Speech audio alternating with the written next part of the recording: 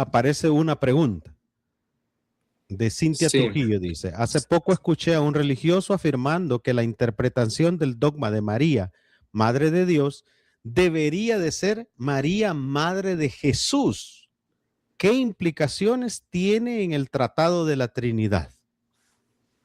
Bueno, eso es dogmáticamente erróneo, ¿no? Erróneo. Sí, o sea, no hay mucho más que decir. Es decir, la formulación del Concilio de Éfeso respecto de este asunto es muy clara.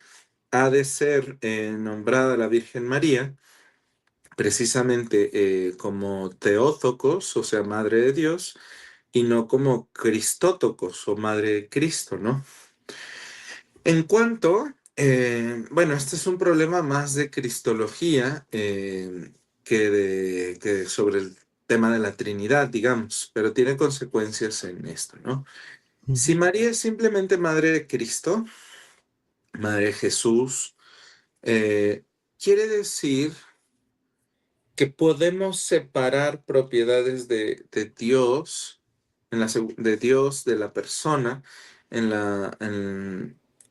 la persona humana, en el caso de Jesús. O sea que la segunda persona de la Santísima Trinidad es algo así como la persona que es Dios y la persona que es Jesús. O al menos son como, siempre he pensado cuando escucho estas expresiones, yo no sé si ustedes se acuerden, pero antes había unas gomas que eran como que la mitad roja y la mitad azul, y nadie servía para qué era lo azul, porque solo rompía la hoja, pero eh, en este caso, o sea, se aplicaría algo así, ¿no? No, una especie como de mezcla entre lo humano y lo divino, pero en donde no hay una unión real en una sola persona, sino algo así como una superposición. De manera que al no predicarse algo o lo mismo de ambos, se hace un desastre, ¿no? Porque entonces, solo la persona humana de Jesús sufrió, solo la persona humana de Jesús murió, solo Dios era consciente, y entonces empezamos a hacer una especie de ahí de maraña teológica muy complicada y pues es equivocado, ¿no? Quiero pensar, ¿verdad? Concedámosle al hermano o al religioso en cuestión, que más bien a lo que se refería era que María no es madre de la Trinidad. Bueno, evidentemente, ¿no? Al ser Obvio. una criatura, pues no es madre de Dios en ese sentido como primario, ¿no? De que María sea creadora de Dios o una cosa así, pero yo no sé si alguien en la historia haya pensado eso. Que la historia es compleja, entonces seguro puede ser que sí, pero yo creo que va más en ese sentido. María no es madre de la Trinidad, sino María es madre de la segunda persona de la Santísima Trinidad, o sea, de Jesús, pero al ser madre de Jesús es madre pues del Logos en este sentido, ¿no? En que nace a través de ella y bueno, y que esa humanidad forma parte de la realidad divina, que es el Logos, y de un modo irrenunciable, ¿no? No es que Jesús tomó prestada la humanidad para su misión y luego ya como si nada, volvió a su nube y sigue desde ahí gobernando, ¿no? Sino que atraviesa la historia eh, por esa acción.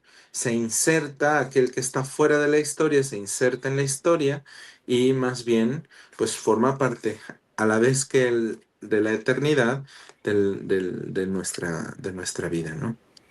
A mí, antes de darle paso a Walter, me gustaría que la hermana Cintia, que nos envió la pregunta, nos clarifique si si el religioso era católico o protestante, porque dentro del protestantismo yo espero cualquier cosa. Del protestantismo hay unos que sí creen, otros que no creen, unos que es Teotocos, otro que es la Cristotocos, otro que María solo parió la humanidad.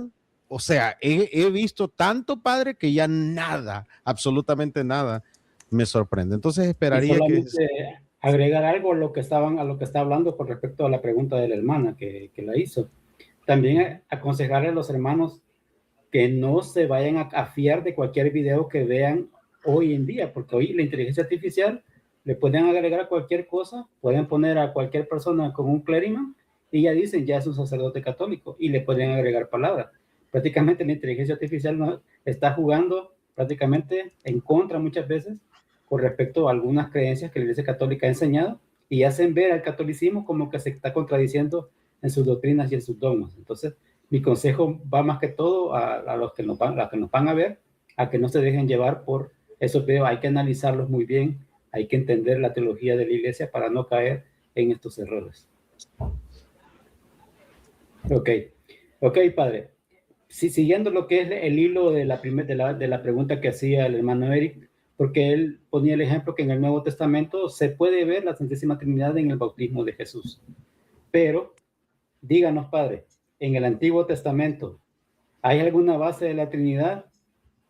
Porque a veces nos dicen que el dogma, o sea, la palabra Santísima Trinidad simplemente fue algo que apareció mucho más después de la Biblia. ¿Qué nos puede decir, padre? Bueno, es cierto que el concepto Trinidad aparece después de la formulación de los textos del Nuevo Testamento. Eso no significa que la Iglesia haya inventado la Trinidad. Más bien, inventa un término para nombrar una realidad que está ya presente, ¿no? A mí me gusta explicar esto de dos maneras. Eh, una menos correspondista, y voy a tratar de explicarme muy brevemente.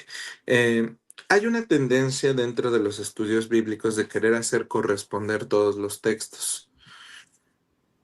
Pero, o sea, como si fueran partes de un rompecabezas y al final todos se embonaran. ¿Cuál es el problema? Que yo creo que se quedan muchas piezas fuera de ese rompecabezas. Es decir, es posible armarlo, pero nos queda una pieza pequeñita y así como de todas cosas, pero con muchos elementos fuera, ¿no? Es difícil armonizar en esa dirección el contenido de la Sagrada Escritura. ¿Qué sí creo? Bueno, tres cosas sobre este punto. Primero, que toda la Sagrada Escritura tiene un hilo conductor, que es la revelación del plan salvífico de Dios para el ser humano. Y eso implica una revelación progresiva de su identidad. Entonces, el Dios del Antiguo Testamento no es el Padre. El Dios del Antiguo Testamento es Dios. Y Dios que tiene, digamos, aspectos, momentos, misiones, dimensiones, en fin, ¿no? Porque en su relación con el ser humano, pues es una relación dinámica. Entonces, yo creo y es fácil, digamos, mirar las páginas del Antiguo Testamento y ver que no hay una expresión, digamos, como monolítica de Dios. Dios a veces se presenta, ¿verdad? Como un padre, a veces como un salvador, como un juez, eh, a veces santificando a su pueblo, ¿no? Perdonando, derramando la gracia. Y en todas estas manifestaciones, signos, bueno, pues nosotros podemos ver que Dios mismo se va revelando de una manera progresiva para que lo vayamos conociendo, ¿no? Entonces, sí, creo que ahí habría que tener claridad por esa parte, ¿no? No sé si, bueno, podríamos profundizar, ¿no? Pero creo que como así punto clave puede ser útil, ¿no? Como pista. Y claro, hay algunos elementos donde aparece más claro que en otro, ¿no? Por ejemplo, el texto de Génesis, donde se da la creación y aparece el Espíritu de Dios sobre las aguas, este hecho de crear a través de la palabra, de la creación misma como una abolición que viene de Dios, en fin. un poco eso, bueno, ahí vemos como con más claridad, ¿no?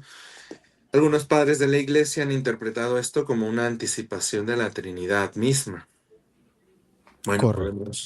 podemos ir apuntando también algunas cosas en ese sentido, ¿no?